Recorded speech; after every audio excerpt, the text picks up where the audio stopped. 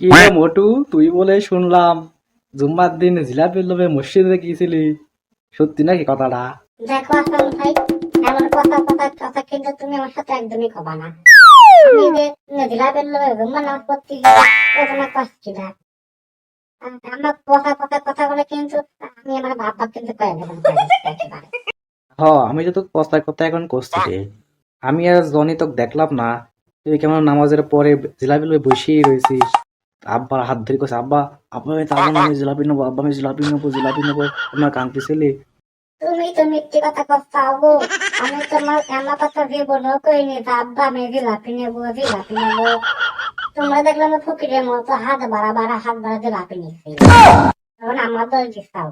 আমি কিন্তু সত্যি কথা বেড়ে কিন্তু কান্নাকাটি করে আব্বু কয়ে তোমার জ্বালাস্তা আমাকে আমার ঘরে কথা কথা করতাও। আমি ফকির, আমি জিলাপির লগে বসিয়ে যাই। আবার কয়ে দেবো আব্বা তুমি আমার ফকির কথা। ক তোর আব্বু, ক তোর আব্বা আমার কি করবি না, আমাকে ডাক দে তোর আব্বা ডাক দে। দাঁড়া দেখো তোমার মায়ের খাচ্ছে তুমি দেখো খেলে দেখো দাঁড়া বসতে দাঁড়া। আব্বা দেখো হাসান ভাই আমাকে জ্বালাচ্ছে কাজে আবার তোমার করছে আব্বা। এই গন্ডারে আমার সাওয়ালে জ্বালাচ্ছিস, গেলে কিন্তু আমরা তুলিয়ে দমন করে দিচ্ছি।